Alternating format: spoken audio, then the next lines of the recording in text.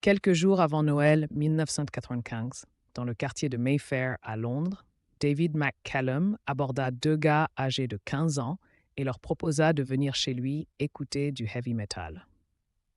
Étant passionnés par cette musique, les adolescents, Michael Eridge et Stephen Cullen, acceptèrent l'invitation et suivirent ce nouvel ami plus âgé qu'eux.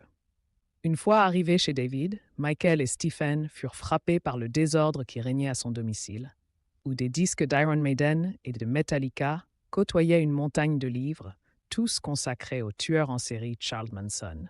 Au centre de la pièce trônait un autel drapé de noir, avec des cierges allumés à chaque extrémité. D'un ton paisible, McCallum expliqua à ses invités qui semblaient perplexes: « Cet autel est dédié à Satan. Mon ami Dennis et moi-même vouons un véritable culte au diable.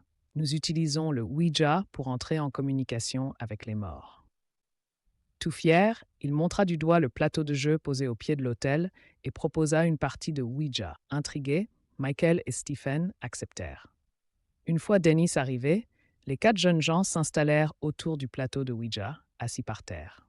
Suivant la tradition du jeu, chacun déposa une main sur le triangle mobile au centre du jeu.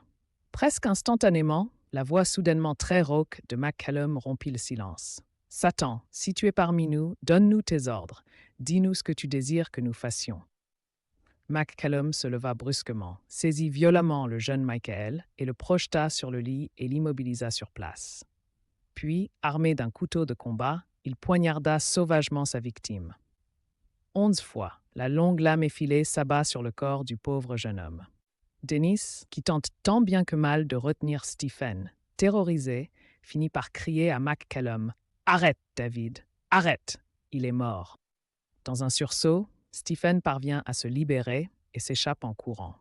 Une fois seuls, David et Dennis enveloppèrent le cadavre dans une couverture et décidèrent de le transporter dans le coffre de leur voiture et de s'en débarrasser dans une décharge publique.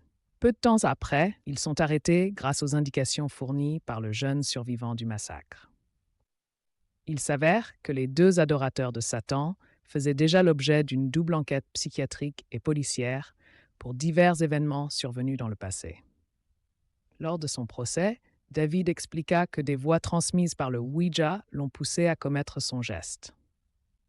Les juges le condamnèrent à une détention à vie à l'hôpital Broadmoor, un établissement psychiatrique de haute sécurité. Son complice fut quant à lui condamné à 10 ans de détention dans un autre établissement psychiatrique.